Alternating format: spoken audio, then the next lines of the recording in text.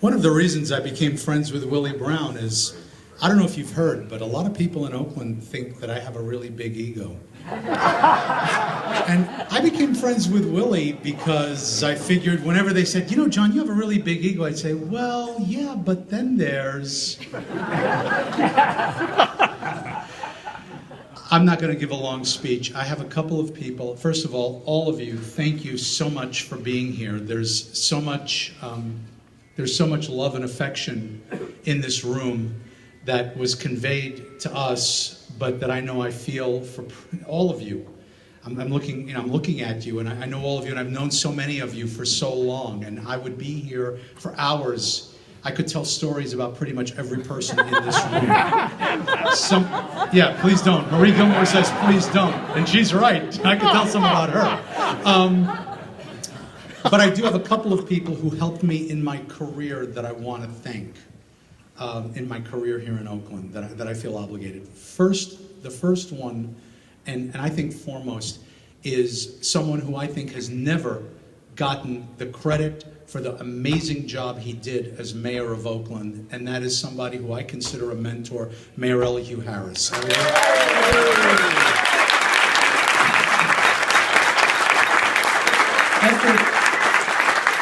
After my first 2 years on the council, Elihu approached me. I had passed the litmus test that I wasn't as crazy as he thought I was when I got elected, and said, you know, you're a pretty bright guy, you're pretty political. Why don't you take the Rules Committee? And I said, I don't want the Rules Committee. Give me the Finance Committee. And he said, Finance? But you want to spend money on everything. I said, right. That's when I was in my liberal persona. When I'm in my finance persona, I said, you remember, it took Nixon to go to China. It's going to take Russo to balance the budget. And to his credit, he took a huge chance and trusted me with the budget, and from there, that allowed me to do so much more in my career. So from a professional perspective, the moment where Elihu said, yes, you can do that, is part of how I got the job that I'm about to go take in Riverside, and I thank you for that, Elihu. I never forgot it. Thank you.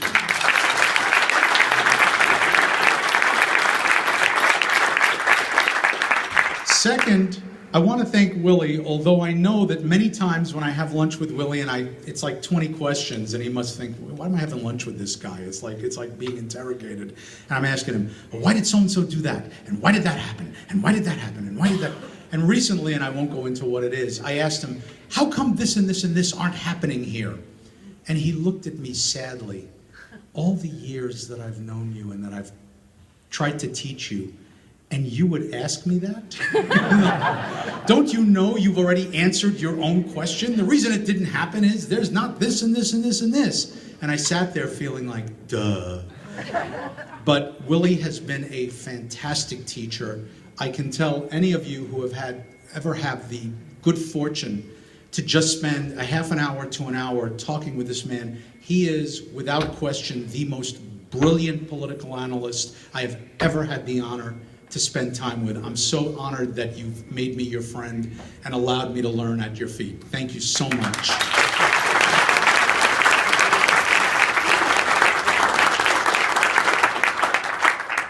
I have to thank Alex Wynn. Alex, can you raise your arm wherever you are? Where are you?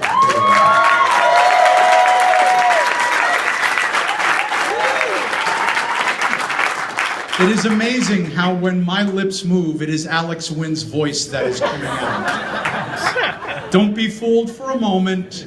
He does all the work. I get all of the attention and all of the glory. And I don't know what works for me. I honestly, when Riverside called, I said no the first time. They called the second time. I said to Alex, we need to go look at this. And I told him straight up, I will not take a job unless you come with me. There is no way I will ever take another job or move if you're not coming with me. Alex, professionally, is a partner.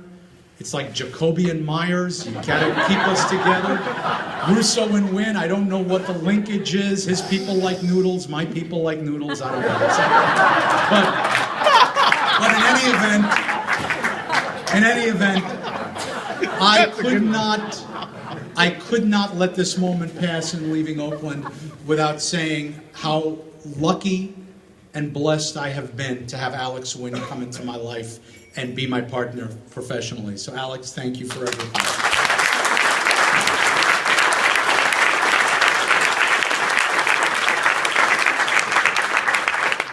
In the back, there's two really tall, skinny guys. The Timberlakes. There they are, yeah. The Timberlakes. Zinni Abraham calls them the Timberlakes. They are not the Timberlakes, but they are absolutely the light of my life. And there aren't really the words. I was fortunate that the way things turned out, that Sam and Gabe came to live with me in 2007, pretty much full time.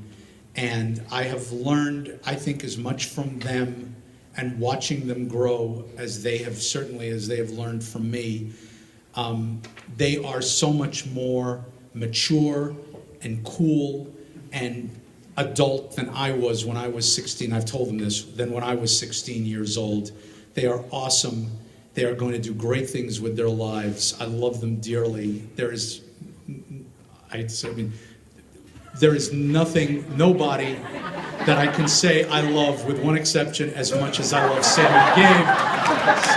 My boys Sam and Gabe. Thank you, boys.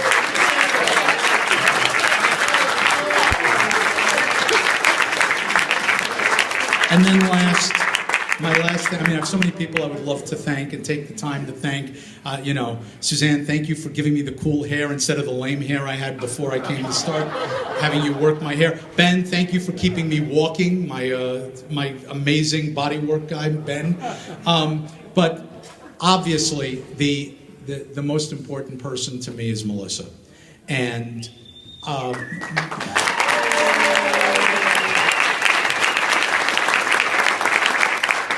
before Melissa and I have been friends for 21 years, right? 1994? Yeah, 21 years. And when we finally got together, my boys said, "We're really happy for you, Dad." I said, "Why? Do you really like Melissa?" They said, "Well, she's okay. But you always seemed a little sad. And now you don't seem sad anymore.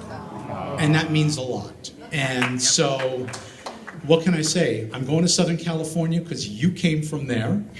I'm going to Southern California because you're so awesome that I want to be with more people like you. And I'm going to shut up in a second.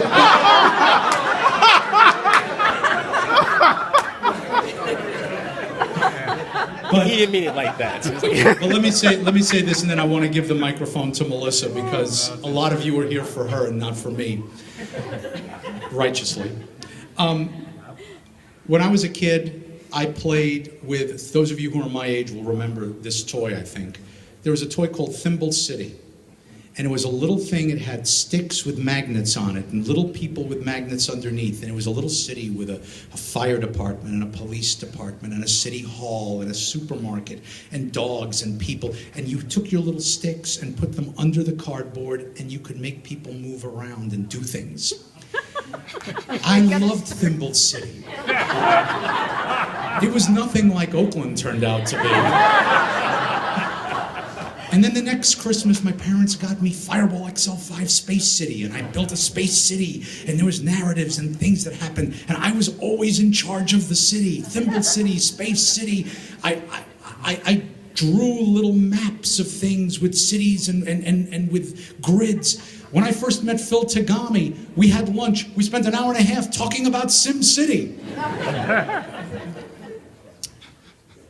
I always wanted, as a kid, it was what I wanted to do, was eventually someday to be in charge of a city.